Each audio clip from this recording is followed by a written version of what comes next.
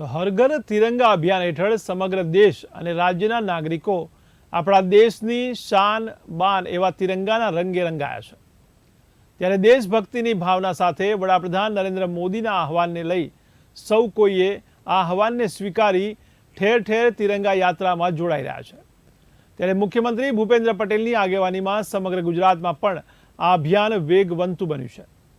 ત્યારે નર્મદા જિલ્લા કલેક્ટર એસ.કે. મોદીએ જિલ્લાના નાગરિકોને આ અભિયાનમાં ઉત્સાહભેર સહભાગી થવા માટે અપીલ કરી હતી।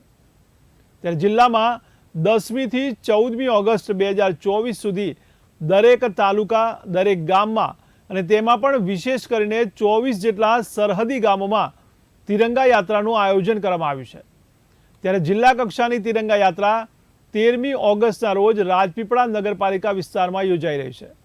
ત્યારે આ યાત્રા ભીલ રાજા સર્કલથી શરૂ થઈને શહેરના માર્ગો પરથી પસાર થઈ કાલા ઘોડા સર્કલ સુધી પહોંચશે।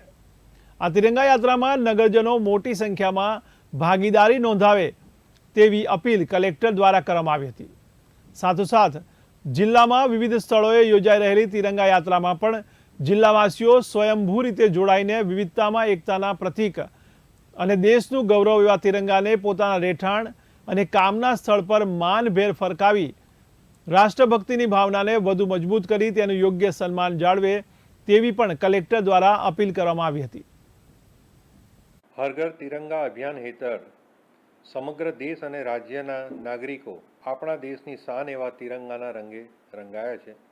દેશભક્તિની ભાવના સાથે આદરણીય વડાપ્રધાન શ્રી નરેન્દ્રભાઈ મોદીના આહવાનને સૌ કોઈએ સ્વીકારી ઠેર ઠેર તિરંગા યાત્રામાં જોડાઈ રહ્યા છે।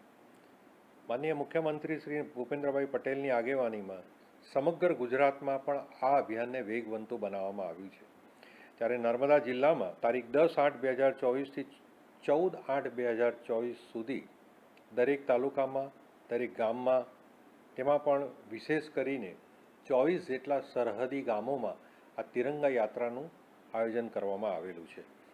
તારીખ 13/8ના રોજ નગરપાલિકા વિસ્તાર એવા રાજપીપળામાં 11 કલાકે વિશાળ તિરંગા યાત્રાનું આયોજન કરવામાં આવેલું છે।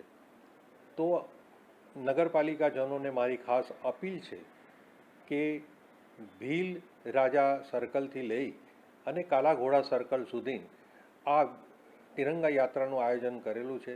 તેમાં આપ પધારો અને રાષ્ટ્રવાદને વધુ વેગવંતો બને એ માટે હું આપનું આહ્વાન કરું છું।